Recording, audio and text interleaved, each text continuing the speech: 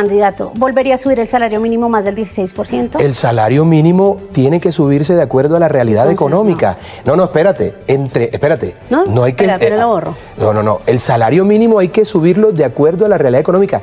Yo quiero que la gente gane más, pero eso no puede ser irresponsable con la realidad macroeconómica del país. Ahora, ¿qué propongo yo para que eso se salga de la política, para que se salga del populismo? Yo creo que esa es una función que tenemos que darle a la Junta Directiva del Banco de la República. Sí. Porque aquí hay problemas, pero hay que dar soluciones también. Maravilloso que la gente gane más. Las promesas del llamado gobierno del cambio quedaron en el aire. Lo que inició como una ola de ilusión terminó convertido en un catálogo de incumplimientos, improvisaciones y retrocesos que hoy afectan a millones de colombianos. Las cifras desmienten al gobierno, los resultados contradicen sus discursos y la realidad golpea con fuerza. El país enfrenta más pobreza, más inseguridad, más burocracia y menos oportunidades. Este video expone, punto por punto, cómo las promesas de Gustavo Petro se derrumbaron en apenas 2 años de mandato. Pero antes de arrancar, le quiero preguntar, candidato Abelardo de la Espriella, por la coyuntura nacional, y son esos aranceles impuestos por el presidente de Ecuador, Daniel Noboa. Un 30%, muchos expertos dicen, es muy alto, y Colombia responde de manera recíproca. Su opinión, su análisis de este momento. Hombre, el problema no es el pueblo colombiano, el problema no son nuestros empresarios. El problema son las decisiones que ha tomado el gobierno de Gustavo Petro. Yo llamaría y le haría un llamado muy respetuoso al presidente Noboa para que reconsidere esa decisión. Con eso no le hace daño a Petro, le hace daño a la economía colombiana, a nuestros empresarios. Entonces, por favor, hay que repensar eso, porque definitivamente este país va a cambiar cuando este gobierno de Gustavo Petro se termine. Y no puede ser que termine castigado toda una sociedad, toda una economía, todo un gremio de empresarios por las decisiones de un gobierno que no ha querido combatir decididamente el narcotráfico y que le ha generado toda suerte de problemas al Ecuador. Pero el problema no es Colombia, presidente Noboa. El problema es el gobierno de Gustavo Petro, así que le pido respetuosamente que piense una vez más esos aranceles que le hacen un daño terrible a nuestra economía. Ahí está sobre la coyuntura del día, entonces arrancamos. Por supuesto. Y vamos a arrancar por el tema que hoy concentra la atención nacional y es la crisis en la salud. De hecho, su plan de gobierno se mueve en varios ejes que usted califica milagros. ¿Qué es lo que usted promete al país en el milagro de la salud? Lo primero que tenemos que decir es que tenemos una crisis humanitaria. Hoy el tema de la salud ha causado unos problemas terribles. Gente que no tiene atención, que no tiene medicamentos. Esto no es un problema del sistema, es un problema humano con la gente, que es lo que me preocupa a mí. ¿Yo qué propongo? Porque hay una falla estructural que hay que resolver, pero necesitamos presentar un plan de choque en los primeros 90 días para darle oxígeno a nuestro sistema y para no permitir que la gente se muera. Por eso esto es un milagro. Lo que nos dejan es un desastre.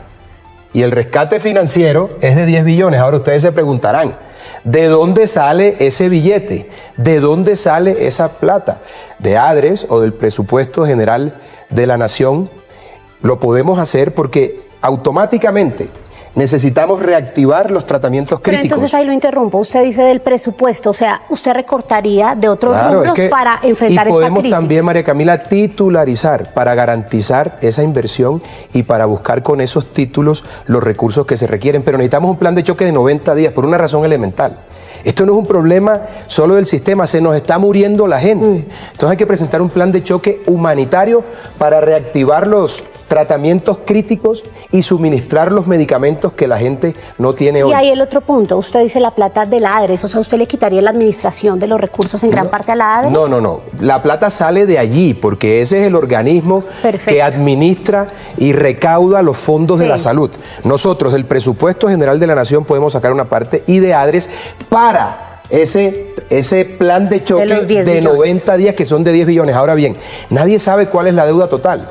Una gente habla de 30, otra de 50, el gobierno ha dicho 70 billones, pero necesitamos 10 billones para resolver la emergencia humanitaria que tenemos hoy. Y luego un gran acuerdo nacional que liquide la deuda. Yo soy capaz de sentar en la misma mesa a los prestadores, a los usuarios, al personal médico y por supuesto a los organismos del Estado que intervienen en esta ecuación para buscar una liquidación de esas deudas, arrancar y darle oxígeno al sistema. Ahora, se necesita más plata para ese gran acuerdo nacional. Primero los 10 billones para ese plan de choque en 90 días. Doctora Hay que hacer Abelardo, las cosas rápido. Las EPS son un punto muy importante y el gobierno ha cambiado puntualmente el modelo de funcionamiento de ellas a gestoras de paz, que sea simplemente un tema administrativo y el tema de las citas. ¿Usted qué rol le daría a las EPS? Miren, las EPS que no funcionan son EPS que le hacen un daño terrible a la sociedad. Las que funcionan hay que darles garantías, protegerlas y lograr que hagan mejor su trabajo. Este gobierno ha hecho una reforma a la salud a través de decretos, haciendo toda suerte de cosas para terminar saltándose al Congreso de la República. Lo que propongo yo es reversar lo que se ha hecho vía decreto también y por supuesto mejorar lo que había. No podemos decir que todas las EPS son malas o que se están robando la plata. Hay unas que son de garaje, hay unas que no tienen credibilidad, pero hay otras que le han prestado un gran servicio a nuestro país. Parte de ese milagro de rescatar la salud también, María Camila, consiste necesariamente en darle la posición, el valor y el reconocimiento a nuestros médicos, a nuestro personal clínico, hospitalario, a ese talento humano que fueron héroes en la pandemia y que hoy el gobierno los ha relegado al peor de los rincones, desconociéndoles muchos derechos. Entonces, primero un plan de choque y luego una solución estructural, que eso es más complejo. Candidato, vamos avanzando para abordar todo. Lo que usted diga, generala, firme por la patria. Entonces, ya tenemos tema de la salud, muy importante. Ahora usted llama para el tema de seguridad, que es otra gran dolencia de nuestro país, la patria milagro, y ahí usa la autoridad democrática, muy parecido el título a la seguridad democrática, ¿no? ¿Y qué propone usted en esta materia? Mira, el gran problema de Colombia es que tenemos una criminalidad que se ha tomado todos los territorios y las ciudades de Colombia. Pero el combustible de todas las formas de criminalidad es la coca. Tenemos 330.000 hectáreas de coca. En Plata Blanca, nunca antes el crimen organizado había tenido tantos recursos. Entonces, lo primero que tenemos que empezar a hacer para retomar la seguridad, porque la fuente de toda forma de violencia es la coca, es fumigar de entrada. Listo, entonces. Y, por supuesto, también bombardear los campamentos guerrilleros. Ahí déjeme preguntarle, eso ha sido una gran polémica puntualmente incluso por la presencia de menores en los bombardeos y el respeto al derecho internacional humanitario. ¿Qué posición acoge usted ahí? Lo primero que tenemos que hacer es que si nosotros reactivamos correctamente nuestra inteligencia que ha sido destruida por este gobierno, nosotros podemos ser muy asertivos en los operativos y los bombardeos.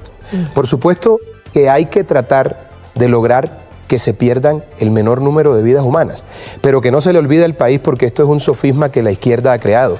Quien mete en el conflicto, quien mete en la guerra, quien mete en los ataques a los menores son los grupos narcoterroristas, y no los meten para cuidarles, los meten para utilizarlos como escudo. Eso hay que revisarlo bien, y la acción del Estado no se puede detener. Hay que afinar la inteligencia para lograr en lo posible que haya el menor número de vidas humanas perdidas. Pero el Estado no puede renunciar a su obligación constitucional y legal de ejercer la fuerza de las leyes y las armas de la República, porque la narcoguerrilla recurre a situaciones tan lamentables y deleznables como meter allí en los campamentos a los menores. Entonces, fíjate, hay que fumigar porque ahí viene todo. Todas las formas de violencia. Claro, pero esa aspersión la podemos hacer con bioherbicidas para no desconocer la decisión de la Corte Constitucional. Ya eso está inventado. Valen 3 veces más, pero lo podemos hacer. No solamente es aspersión aérea, también con drones. ¿De acuerdo? Aviones, drones, erradicación manual, y tenemos que llevar, claro, por supuesto, y tenemos que llevar un programa de sustitución, es decir, de donde sale la coca tiene que entrar el cultivo con la sustitución para que le demos una opción a esas más de 500.000 familias que viven de la coca. Esto tiene que ser, es decir, nosotros acabamos con el crimen en la coca, pero no le resolvemos el problema a las familias cocaleras. Dejamos un problema social. A los narcotraficantes todo el peso de la ley. A esas familias que están raspando coca, que no han tenido otra opción, todas las garantías y los brazos abiertos para que puedan tener un futuro. El desmonte de las economías criminales es fundamental porque todo el tiempo hablamos del narcotráfico, todo el tiempo hablamos de la extorsión, que es otro gran flagelo y que voy a atacar de frente. Me interesa que no extorsionen al gran industrial, pero también a la viejita que en Suacha le van a pedir 5.000 pesos todos los días para que abra la tiendecita. Eso le voy a caer con mano de hierro. Doctor Abelardo, déjeme preguntar. Y la minería ilegal, si quieres te hablo ahora de la minería ilegal. Perfecto. Sobre lo que ya nos expuso, todo esto requiere de algo fundamental y es aumento en el pie de fuerza. Sí, ¿Cómo allá va voy, a ser eso? Allá voy perfectamente. Mira, nosotros necesitamos restablecer una alianza que ha sido histórica, estratégica y muy beneficiosa para Colombia, una alianza con los Estados Unidos y con el Estado de Israel. Correcto, eso hace parte de las soluciones. ¿Por qué? Porque necesitamos un plan Colombia 2. El que diga eso no es un genio, es simple y sencillamente lo que indica la lógica. Funcionó la guerra contra el crimen organizado y contra el narcoterrorismo cuando se implementó el Plan Colombia. Necesitamos estrechar esa alianza con los Estados Unidos y con el Estado de Israel para dotar a nuestra fuerza pública de armas de primera generación, de drones, de inteligencia artificial y por supuesto de presupuesto para ampliar el pie de fuerza. Pero eso no lo podemos hacer si no tenemos un salario digno y prima de alto riesgo para nuestros héroes de la patria, que son los que más ponen en la defensa de la democracia, que son el bastión, que son la frontera que divide la tiranía de la libertad. Hay que pagarles como es y con determinación. Mira, María Camila, todo el mundo sabe cuáles son los problemas de Colombia. Todo el mundo sabe cuáles son las soluciones. Eso no tiene nada de genial. Hay que hacer lo que hay que hacer porque así lo indica la lógica, lo indica la sana crítica, las reglas de la experiencia, lo que el país debe preguntarse y que debe ser determinante para que el país vote en las urnas por un candidato u otro, es que el país, la sociedad, el pueblo entienda quién es el que se va a atrever a hacer lo que Colombia necesita que se haga. Y eso, ¿sabes qué se requiere para eso? Se necesita coraje, autoridad, ardentía y determinación, y yo la tengo. Una pregunta sobre esto porque vamos a ir a su región, a Barranquilla. Que le al Caribe colombiano. Al Caribe, le tiene una pregunta. Casi viene el carnaval, ¿no vas a carnaval? Sí, allá estaremos en febrero. Bueno, allá te veo. Candidato, sobre esto puntualmente, usted habla del salario digno, la prima, del aumento del pie de fuerza. ¿Usted contempla un impuesto de la seguridad, algo que hizo parte de un modelo muy parecido a esto de la autoridad democrática? No, la otra se llamaba seguridad democrática. Sí, este es un milagro que defiende la autoridad democrática. Mira, María Camila, nosotros no podemos estar metiéndole a la gente la mano en el bolsillo cuando tenemos un Estado gigantesco y cuando tenemos el suelo de Colombia, por gracia de Dios, preñado de toda suerte de recursos naturales. Nosotros tenemos que recortar el Estado y bajar los impuestos. ¿Y eso cómo se hace? Pues explotando nuestro subsuelo. Bueno. Ahora bien, tú me preguntas a mí, ¿cuál será la mejor reforma tributaria? ¿Cuál sería el mejor plan nacional económico para Colombia? Que llegue la democracia totalmente a Venezuela.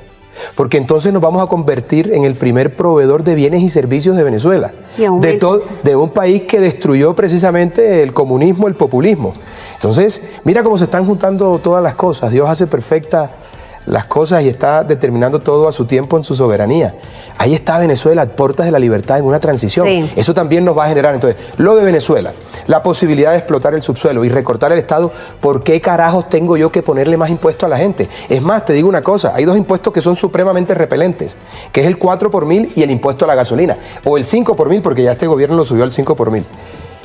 Tú tienes que pagar por mover tu plata, eso hay que quitarlo de entrada. Pero como no sea. Se me adelante espérate porque es que me emociono y te tengo que tirar la receta completa. Y el segundo impuesto más complicado, repelente y jodido es el impuesto a la gasolina. La mayoría de la gente no sabe que por un galón de gasolina el 52% de lo que paga es impuesto.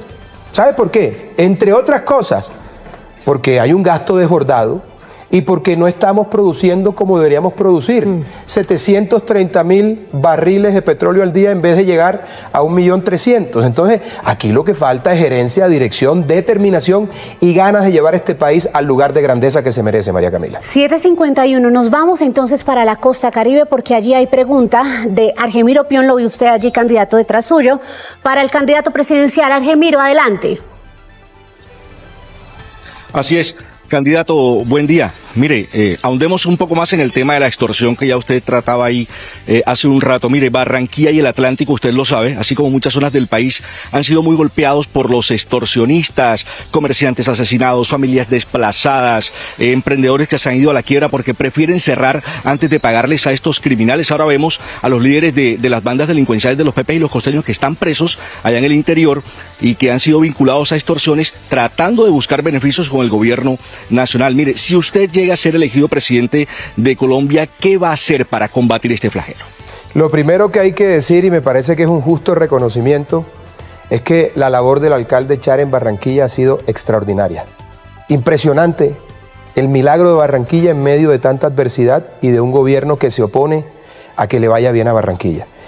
La extorsión es un flagelo terrible en Colombia, no solamente para la gente más humilde, también para las grandes empresas. Yo he propuesto para eso un bloque de búsqueda contra la extorsión, porque lo que pasa es que el crimen en Colombia es una organización confederada cuya base principal es el narcotráfico, pero ahí después sigue la minería ilegal, la extorsión que produce una cantidad de recursos impresionantes. Allí en Soledad, Argemiro, la extorsión es terrible. Tú compras una motico, sí, tú compras un carro y del concesionario a veces te dan un código porque ahí empiezas a pagar la extorsión. Es decir, los bandidos extorsionan al vendedor de motos y extorsionan a quien la compran. Y como no la pagues, se te acabó la vida, te matan.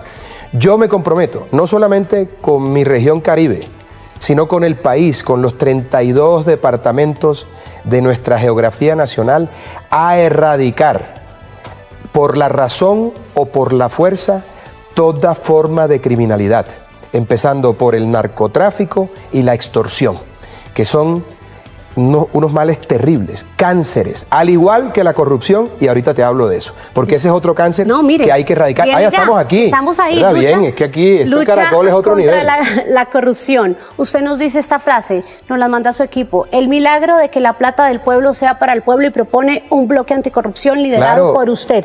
¿Esto va a ser como un tipo de policía judicial o cómo funciona? La mejor, fíjate tú que parte de la reforma económica o de lo que se requiere hacer en economía o en hacienda pública para el país es atacar la corrupción, porque eso es lo que más plata se lleva, se pierde mucha plata, ¿de acuerdo? Y lo que propongo yo es un bloque anticorrupción integrado por la UIAF, que es la Unidad de Análisis Financiero del Ministerio de Hacienda. Eso hoy lo tienen desmantelado. Inteligencia de la Policía, Inteligencia del Ejército, Procuraduría, Fiscalía y Contraloría, dirigido directamente y en persona por el presidente de la República, para que ningún proceso se quede engavetado. Aquí está hablando un abogado con más de 23 años de ejercicio profesional. Yo voy a ser el defensor de la patria que cuide la plata de los colombianos, del pueblo colombiano, y yo mismo voy a comandar ese bloque de búsqueda anticorrupción. Todo el mundo sabe dónde están los bandidos. Todo el mundo sabe cuando un funcionario entra con una mano atrás y otra adelante y aparecen los apartamentos, los carros, la señora se pone en silicona, vaina, pasa de todo. Yo no estoy seguro de poder quitarles la silicona a las señoras de los corruptos, pero voy por los bienes y voy por sus testaferros. Y eso se hace con determinación, porque con ese software de la Unidad de Análisis Financiero tú sabes exactamente cómo entra un funcionario, cómo está y qué tiene su entorno. Y eso de la mano de un proceso de extinción de dominio express que nos permita quitarle los bienes en 25 días, un mes. Y eso se hace con determinación. Por primera vez, un presidente de la República en un bloque de búsqueda integrado con distintos organismos del Estado, determinando la lucha clara y frontal contra la corrupción, que es un mal terrible que tiene Colombia y que tenemos que combatir con decisión y con total transparencia frente al país y al mundo, porque ahí también, en ese bloque de búsqueda, podemos tener cooperación internacional en todo el tema de tecnología, que nos podría muchísimo a ayudar a encontrar esos bienes y a determinar cuáles son las fugas de plata y dónde se han perdido los recursos de los colombianos. Candidato, estamos hablando de las finanzas del Estado, que en este momento no pasan por un buen momento, y le tenemos preguntas desde la sala de redacción sobre esta materia, el manejo de las finanzas del país. Allí está Eduardo Hernández. Eduardo, adelante. Candidato, un gusto saludarlo. Pues mire, las finanzas del Estado, como dice María Camila, serán una gran papa caliente para el próximo gobierno. Y quiero hacerle una pregunta muy específica y tiene que ver con el reciente endeudamiento, la emisión de bonos por parte del gobierno nacional, que el gobierno dice que es barato, pero los analistas dicen que en realidad ha sido un endeudamiento bastante caro. Pero hoy se conoce este comunicado de la Contraloría General de la República advirtiendo que entre 2029 y 2033 el 93% del presupuesto está comprometido ya en gastos obligatorios y va a haber muy poco margen de maniobra. Quisiera una respuesta sobre eso y también, candidato, aprovechando este contacto, pues el tema energético del país. Usted sabe que en este momento el sistema está supremamente estresado y lo que están diciendo los gremios es que hay unas políticas que han desincentivado la posibilidad de que haya una mayor oferta energética en el país. Esas dos preguntas, candidato. Te lo contesto de esta manera. Mira, cuando un paciente llega con una situación luego de un accidente, una falla multisistema, lo primero que hay que hacer es estabilizarlo. ¿De acuerdo? Entonces hay que estabilizar la seguridad, hay que estabilizar la salud, hay que estabilizar la economía.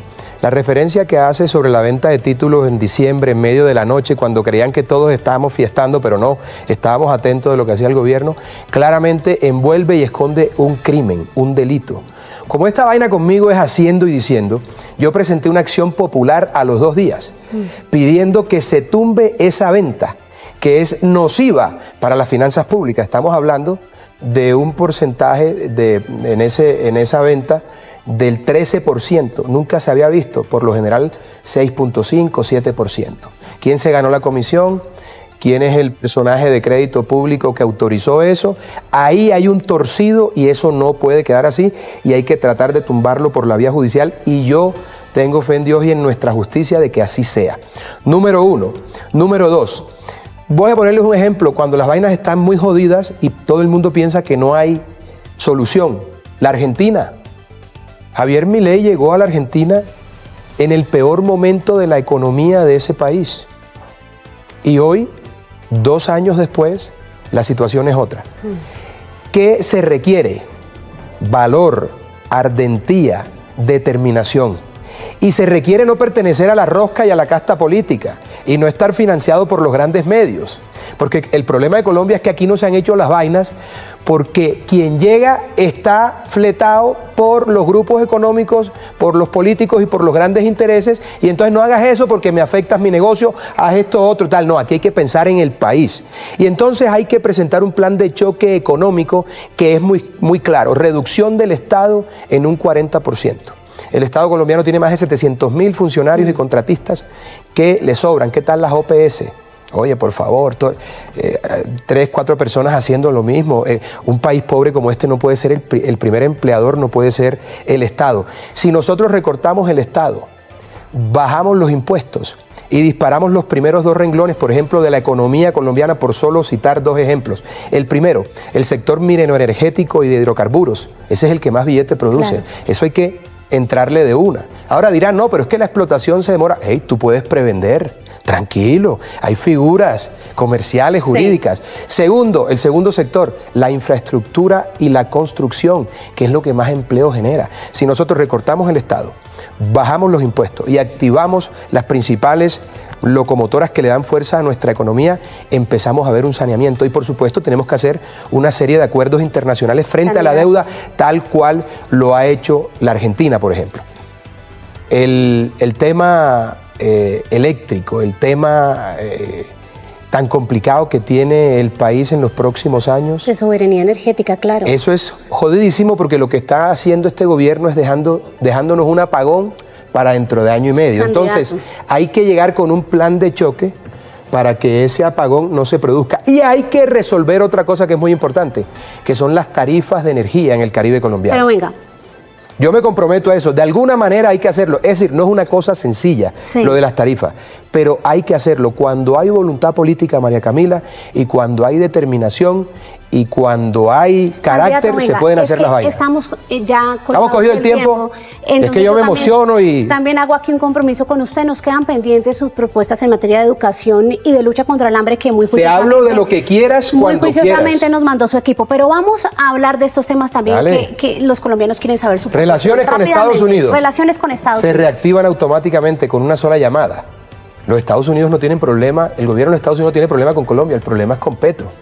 Es como cuando tienes un mal novio que no te trata bien, no te da tu lugar, vives triste, el tipo se va, te levantas uno que te trata como una reina, o sea, mucha diplomacia. Y la vida te cambia. No, es que ni siquiera es tanta diplomacia. Ay, ya se fue este personaje, vamos a hablar, vamos a resolver esta vaina. Eso tampoco, ahora que no es que yo voy a... No, eso cualquiera que no sea Petro y de la izquierda resuelve las relaciones internacionales con los Estados Unidos y con Israel, que es otro socio importante. En este tema hay preocupación de muchos colegas porque hay mucho ruido alrededor de cómo usted responde a veces a los cuestionamientos. Pero no te he visto preocupación conmigo, te he visto... No, le voy a plantear, hoy estamos aquí cómodos, pero hay muchos colegas que dicen que incluso usted emprende un tipo de persecución judicial cuando lo cuestionan. ¿Cómo va a hacer eso? Un segundito, yo he sido defensor de medios de comunicación y de periodistas. Yo no tengo problema. Lo que no me gusta es que digan mentiras.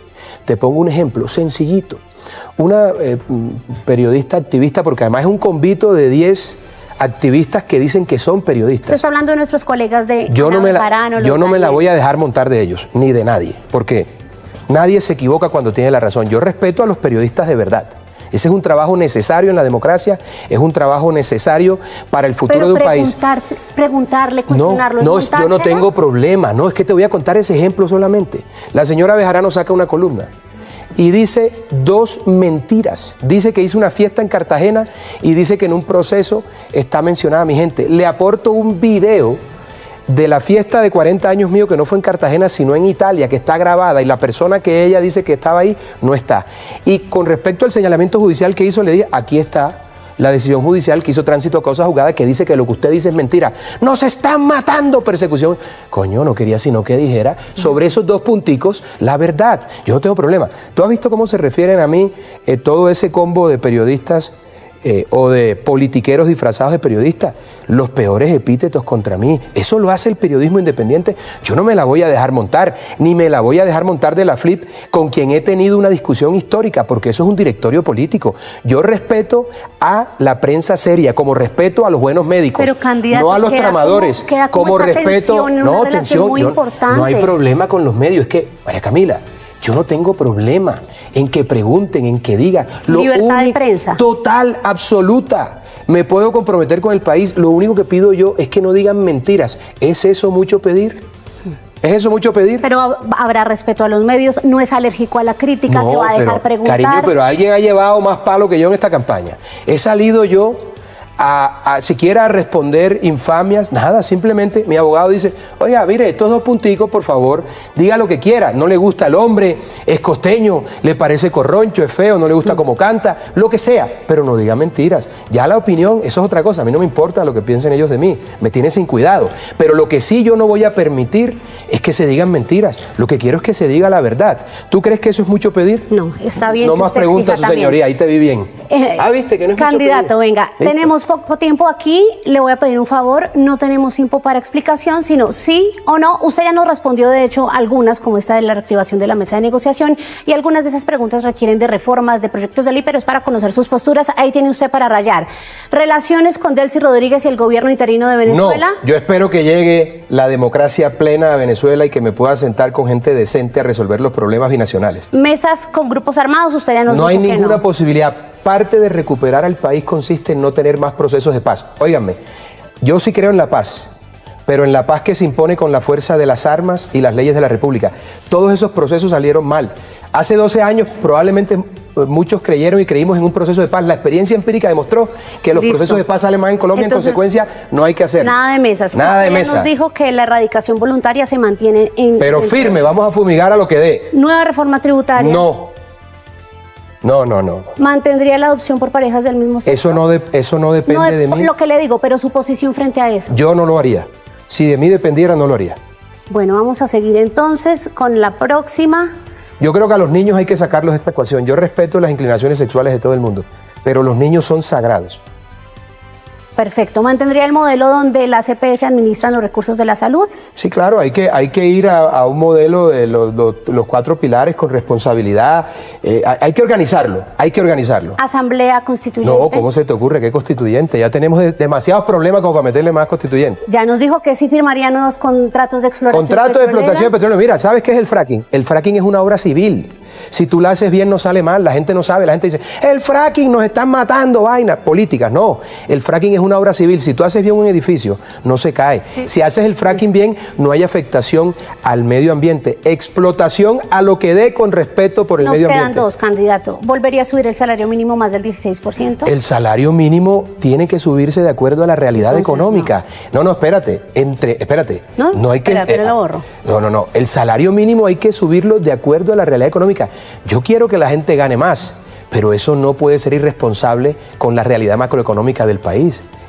Ahora, ¿qué propongo yo para que eso se salga de la política, para que se salga del populismo? Yo creo que esa es una función que tenemos que darle a la Junta Directiva del Banco de la República. Sí. Porque aquí hay problemas, pero hay que dar soluciones también. Maravilloso que la gente gane más. Por supuesto que nuestros trabajadores se lo merecen, pero eso tiene que tener sustento en la economía, si no se va el país al carajo. Le hago una promesa, vamos a tener más espacios como estos, se nos acabó el tiempo, tuvimos aquí un espacio... ¿Legalizaría el mercado de la marihuana? Para terminar. No, ¿qué tal? Cero drogas. El balance del gobierno de Gustavo Petro no es simplemente decepcionante, es la demostración de cómo un proyecto político basado en el discurso, en el populismo y en la permanente confrontación puede llevar al país a un retroceso sin precedentes. Cada uno de los temas que este gobierno ha intentado vender como éxito termina desmoronándose al contrastarse con los hechos.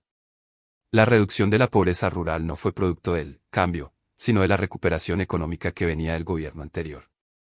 La caída de la inflación no fue un logro presidencial, sino consecuencia de las decisiones del Banco de la República, el mismo que Petro atacó ferozmente.